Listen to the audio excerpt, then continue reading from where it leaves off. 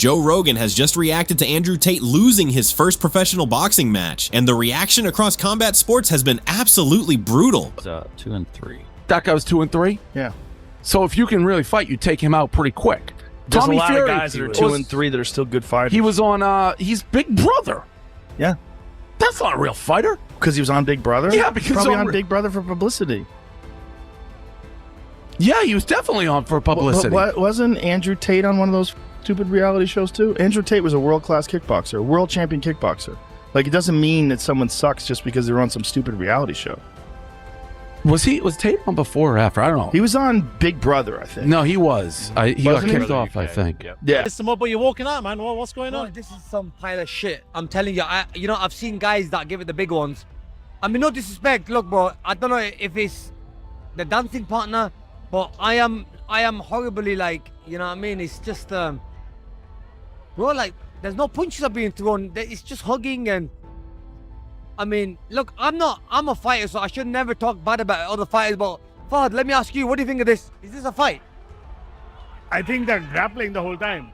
It's more of a dance. And what, bro, is this a fight? No, it's a hell of a fight, bro. Look. No, but think, what would you say that this is because He's not even got one punch into the guy. there's nothing clean about this. But anyway, I gotta go. I'm bouncing.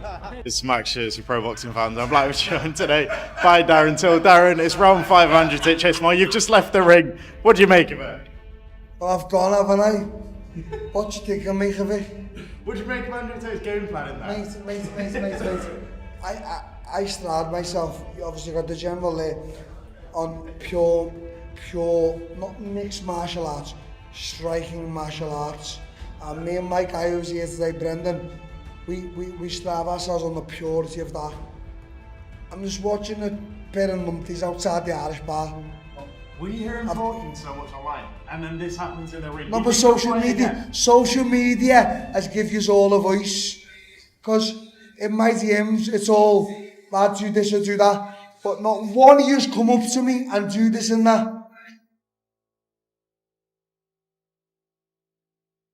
Because this wasn't the dominant, violent statement fight people expected. This wasn't Andrew Tate overwhelming his opponent with pressure or confidence. What fans saw instead was a slow, awkward, low-output boxing match that left the arena flat and social media completely unimpressed. Andrew Tate stepped into the ring against Chase DeMoore, and almost immediately the fight felt off. Long stretches of inactivity, very few clean combinations, very little urgency. Fans in the crowd were already checking out before the final bell, and online reactions came flooding in, calling the fight boring, lifeless, and underwhelming. Yeah, obviously I didn't get the result I wanted, but truthfully the result I wanted was to see if I could still do it. 40 years old, 10 years retired, a little bit of time in a Romanian dungeon. It was always going to be a big ask against someone so much bigger than me, younger than me, more active than me, but I wanted a real challenge. Didn't want to fight Tin Can, didn't want to fight someone older than me or smaller than me.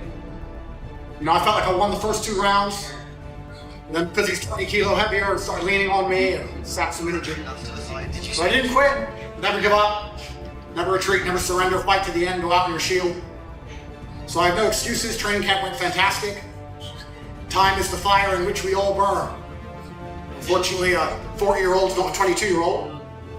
But I gave it my absolute all, and I have nothing but respect for Chase. I have no excuses. I'm not gonna say anything bad about him. I'm not going to make up any reasons. He was the man who won. He deserves this victory. Truthfully, completely, and honestly, I'm actually very proud of him. And I'm glad to know that Misfits have a true champion. Talk about Andrew Tate losing. You can see it by the look on his face. This was a close fight, but the main takeaway from me was, this was some of the worst boxing I've ever seen in my entire fucking life. If I didn't know any better, I would think Andrew Tate was also a random influencer that had no combat sports background. I know he's older, I know he's 40 and he's past his prime, but Chase DeMoore is genuinely terrible at boxing and can't throw a punch correctly. He landed one decent shot early on Tate, and then an uppercut from like fucking way out. Like, he threw uppercuts from his fucking ankles, rear uppercuts that were catching Tate in the later rounds once Tate was completely gassed. But this was some of the lowest level boxing I've ever seen in my life, and I've watched women's MMA for fucking years. I've watched women's MMA, unranked women's MMA for years, and this was the worst boxing I've ever seen in my life. Juliana Pena has better boxing than both. I couldn't believe what I was watching. My reasoning for Jake Paul's loss being justified, despite how humiliating it looked, was because he was going to be destroyed. It's Anthony fucking Joshua anyway. So he made it to round 6. There's some praise to be had. He landed some clean overhands, even though he looked terrible. He made the best of a sacrificial lamb situation that he was put in by his own delusion. But Andrew Tate picked out Chase DeMoore as an opponent because Chase DeMoore is shit at boxing. And I think he thought this was going to be an easy first round TKO. In his own mind, he looks at Chase DeMoore and he sees the clips and he thinks, this guy's awful. He can't throw a punch correctly at all despite years of training. And that's where the real damage happened, because Andrew Tate's entire brand is built on dominance, control, mental superiority. He didn't need to be perfect, but people expected him to impose himself. Instead, he looked hesitant, cautious, and unsure of when to pull the trigger. Joe Rogan's reaction focused on exactly that, not mocking, not hating, but questioning whether Tate's confidence-driven persona actually translates into professional boxing, where timing, conditioning, and comfort under pressure matter far more than mindset alone. Stylistically, the fight exposed gaps. Tate struggled to create openings, struggled to let his hands go consistently, and never really settled into a rhythm. DeMoore kept the fight awkward, disrupted the pace, and forced Tate into a style that neutralized any momentum he tried to build. And because he is a true champion. Because he showed tremendous heart and tremendous grit, and he fought to the end just like I did. So I'm not disappointed in myself. I don't operate from that frame. The only way I would be disappointed in myself is if I was too scared to fight at all. And when I first agreed to fight, when I told Mans, there was a conversation and everyone said, Andrew, you're 40 years old. You just got out of jail. You've been through so much. You have so many problems, so much going on. Why would you do this? Why would you risk it all? Why would you get in there? And I felt a tinge of fear for the first time in my life. And that's when I knew I had to fight. Because the second I felt afraid, I knew I had to fight. I can't live doubting myself. Seeds of doubt grow into forests of inaction. I don't operate that way. If Chase and I had to fight again tomorrow, I'd go tomorrow still with 100% belief in myself, even though I know he just beat me. That's who I am. So the second I knew that, I was worried about it, I knew I had to do it. And I'm not afraid to lose. I'm afraid to not try. So once again, absolute respect to Chase. Complete respect to Chase.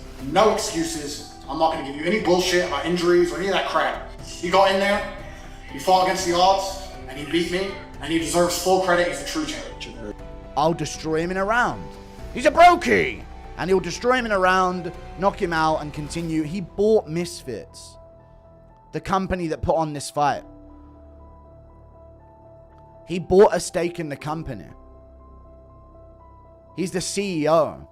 And I think that was an investment for if he wins this, he's going to be on to Darren Till. And next fight's going to be against Jake Paul, Misfits, MVP. And next fight after that's going to be against a KSI or a big name.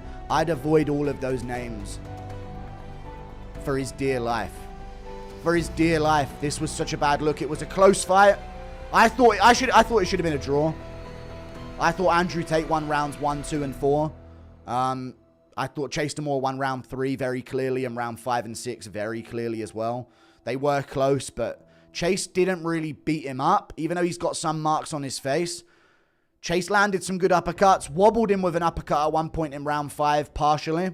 But it wasn't that crazy. Once that happens, the narrative changes fast. The MMA and boxing communities immediately flip the conversation, not about how dangerous Andrew Tate is, but about whether he belongs in the pro boxing world at all, whether this was a one-off experiment or the start of something that might not go the way he imagined. Because here's the uncomfortable truth, boxing doesn't care about image. It doesn't care about online presence. When the bell rings, all that matters is what you can actually do under pressure. This loss doesn't end Andrew Tate's fighting ambitions, but it does crack the aura. It forces a reality check, and now every future appearance comes with a new question hanging over him. Was this just a bad night, or was this the moment the hype finally ran into the sport itself? That's why this loss matters. Not because it was violent, not because it was dramatic, but because it made people stop believing. And in combat sports, that can be more damaging than getting knocked out.